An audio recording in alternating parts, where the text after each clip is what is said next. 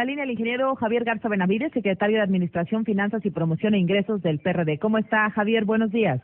Buenos días, Azucena. Con el gusto de saludarte a ti y a tu auditorio. Gracias, igualmente. Pues vaya debate de los topes de gastos de campaña por muchas razones, ¿no? Por el exceso de leyes que hay respecto a esta situación, por el poco respeto que se le tienen a las leyes, por las multas que se ha mencionado se impondrán sobre todo al candidato de su partido, al candidato que fue de su partido y de PT y Movimiento Ciudadano, Andrés Manuel López Obrador, y por lo absurdo que parece el que un año después sigamos enfrascados en un debate que nos consumió muchos días y muchas horas el año pasado, Javier.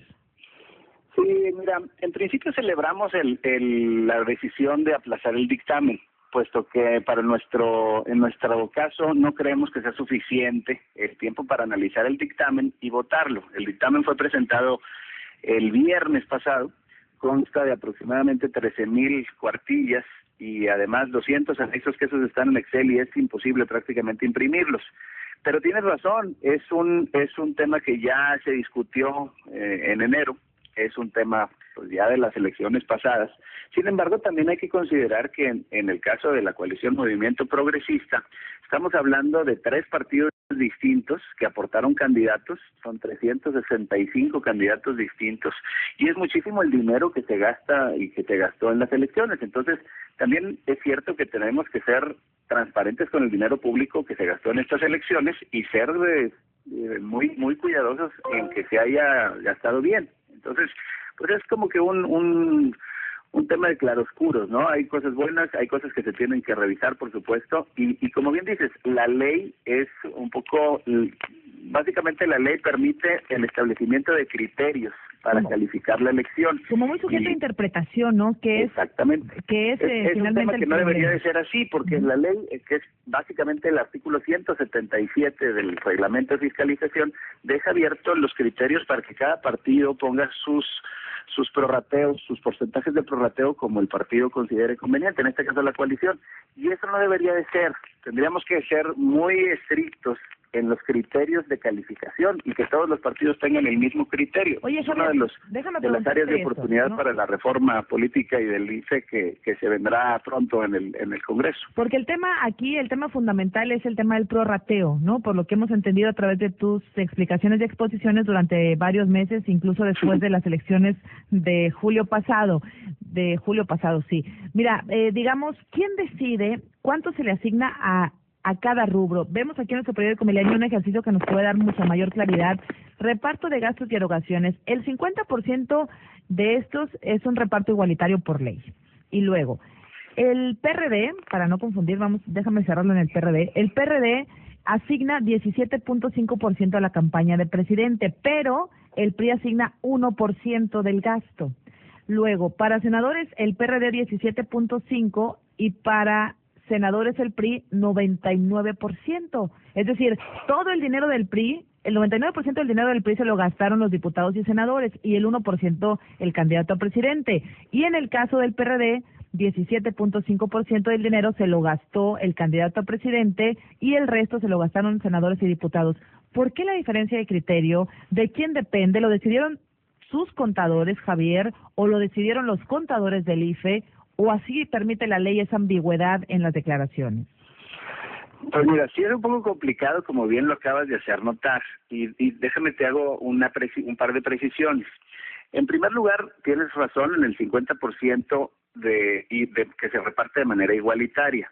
Haz de cuenta, y vamos a hacerlo con un ejemplo muy simple, ¿no? Imagínate unas banderas de estas que se usan en cualquier mitin político. El costo de una bandera, vamos a suponer que sean 10 pesos para cerrarlo en números manejables. Esa bandera de 10 pesos el costo se tiene que repartir entre el número de campañas que beneficiaron al usar esa bandera. En el caso práctico, imagínate que se usó, en el caso de la coalición, en el mitin de en Nuevo León, en el caso de 13 diputados y 2 senadores, ¿verdad? Entonces, el 50%, o sea, 5 pesos de esa bandera, se tendrían que repartir entre todos esos candidatos, los 13 diputados y los 2 senadores, entre 15. Y el otro 50%, ahí sí cada partido tiene un criterio de dividirlo en cómo se le venga en gana. Entonces, ese es el 17% al que hacías mención. Básicamente no es un 17, es un 17% del absoluto, del total. Pero nosotros asumimos un 33% para las campañas de presidente, 33% para las campañas de diputados y 33% para las de senadores, porque esa es la proporción lógica. Son 3 tipos de campaña, pues se dividiría entre 3 el gasto. El gasto, pero el PRI no lo hizo así. El PRI lo hizo el 1% a Peña Nieto y el 99% al resto de los candidatos. Ahora te pregunto, Javier, pues una clara manera ventajosa de aplicar el artículo. Que no es ilegal. Que no es ilegal, definitivamente, pero tampoco es ético ni justo. Ahora, con base a esta presentación de dineros que hace el PRD y el PRI, Andrés Manuel López Obrador es el candidato que tiene la multa más alta con los criterios del Instituto Federal Electoral. ¿Ustedes confían, Javier, en que con estas 2 semanas de colchón que da el IFE para que pasen las elecciones, para revisar detenidamente el tema, pueda cambiar el dictamen?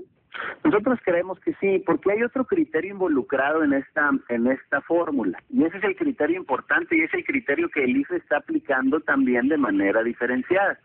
Te voy a comentar ahí un tema que es bien importante, un concepto que se llama campañas beneficiadas. Ahorita lo mencionabas tú en tu lectura, decías que se va a repartir el costo entre las campañas beneficiadas de manera igualitaria. Sí. Pues sí, el problema es que el IFE no consideró, en mi mismo ejemplo anterior, que la banderita esta famosa se fuera o que beneficiara a las campañas de los 13 diputados y a los 2 senadores, y ellos dijeron que solo beneficiaba a la campaña de Andrés Manuel. Entonces, ahí está el punto importante.